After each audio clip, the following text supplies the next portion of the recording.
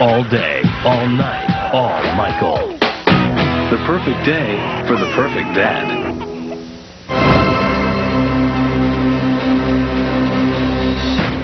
I'd like to know what some of the things that make Michael Jackson angry. I believe in perfection, I try to create that in everything we do.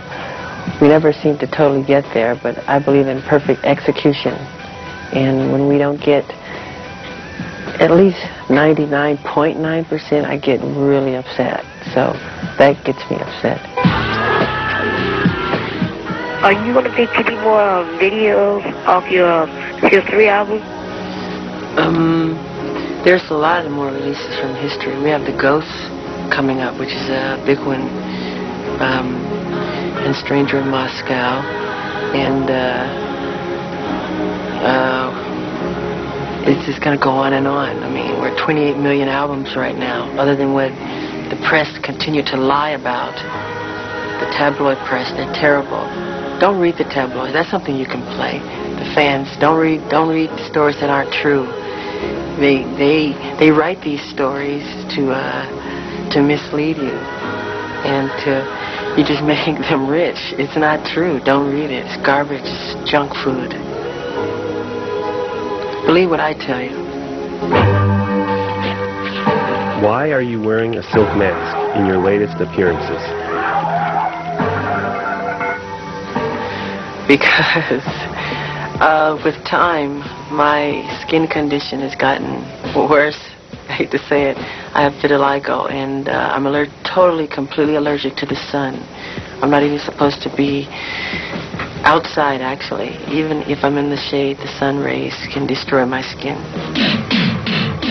Are there any songs that you released that you wish you didn't? Not that I can think of. Some of the Motown, some of the songs, the early ones, I remember getting upset with the songwriters because I wanted to sing them one way and they wanted me to sing it another way. And I would call Berry Gordy, who was the chairman, owner of the company. He would say, look, let Michael do what he wants. I'm sure he's right. So that happened several times. Who's bad? Was the atmosphere between the Motown stars competitive or friendly? It was very friendly. Marvin Gaye used to come to my house at least twice a week to play basketball with my brothers. Stevie Wonder would come by for gatherings and parties, and I would go to the Supremes' house, and, you know, I mean, Dinah Ross, where she would invite the other girls over, and it was really sincerely one happy family.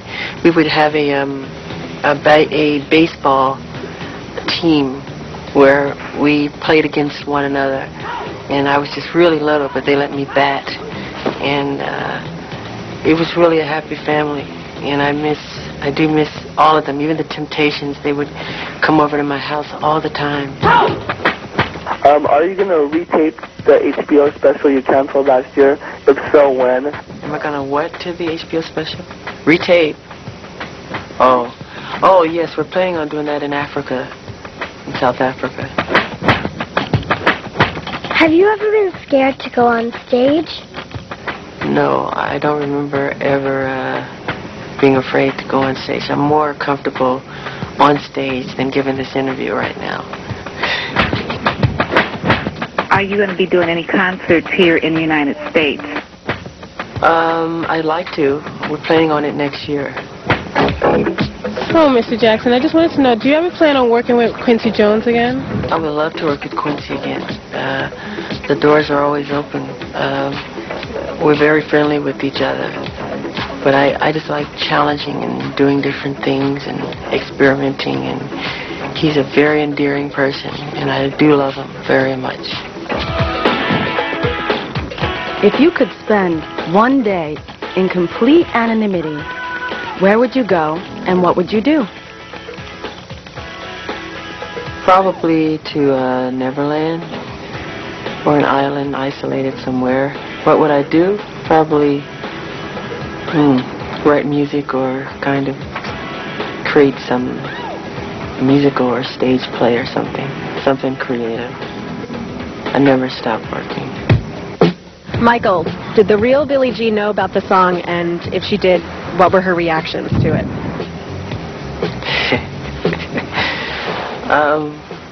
There's a girl named Billie Jean, but it's not about that Billie Jean. Billie Jean is kind of anonymous. It represents a lot of girls who used to, they used to call them groupies in the 60s. They would hang around backstage doors, and any band that would come to town, they would have a relationship with.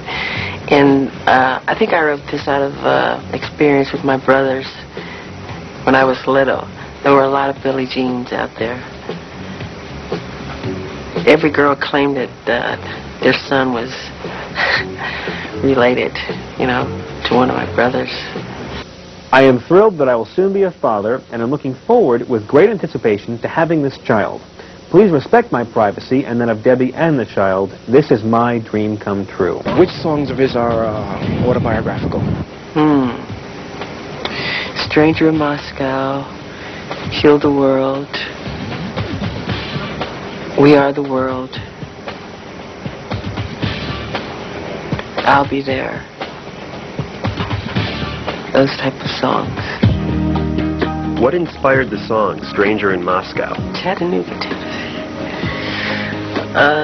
Stranger in Moscow. I wrote that in Moscow when the lyrics are totally autobiographical. When you hear lines like, here abandoned in my fame, Armageddon of the brain. And at the time, that's on the last tour when we were in Moscow, that's really how I felt. And it kind of created itself. It fell into my lap because that's how I was feeling at the time. Just all alone in the hotel. It was raining, and I just started writing it.